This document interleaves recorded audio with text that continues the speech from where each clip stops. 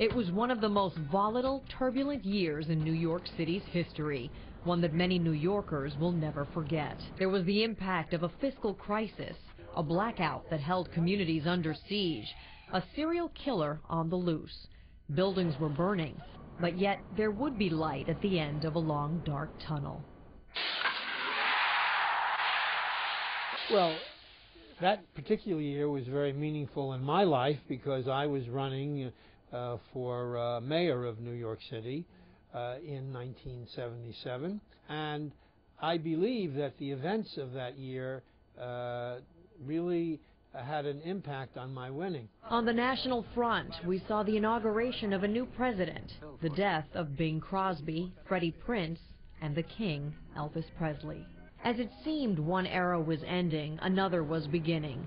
Pop culture would never be the same with the release of a space-age movie called Star Wars and an ode to disco called Saturday Night Fever. But a movie's escape from reality was short-lived here in the city.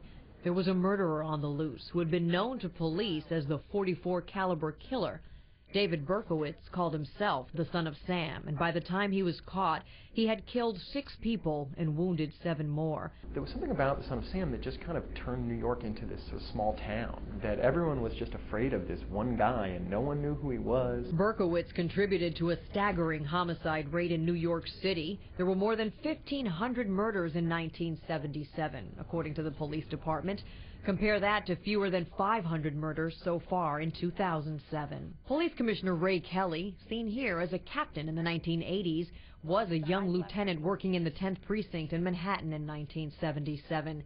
It was a department stretched to the limit after 5,000 police officers were laid off. The notion of layoffs was really unthinkable in those days. You know, you became a police officer, certainly not to become rich.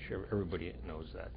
But there was an element of security, job security, and I was telling everybody right up to the layoffs that it would never happen. Don't worry about it. It's a threat from City Hall. So when it happened, it was so traumatic, and it kind of set a tone in the city. It was a feeling of, I think, a kind of despair.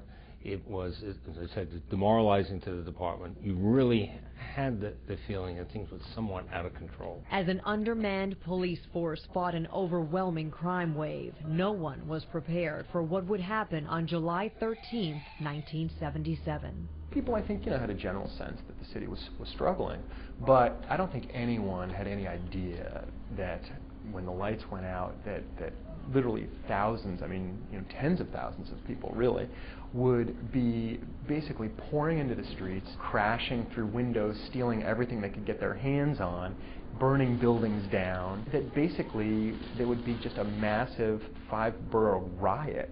And I think that moment kind of sort of crystallized the kind of shape New York was in.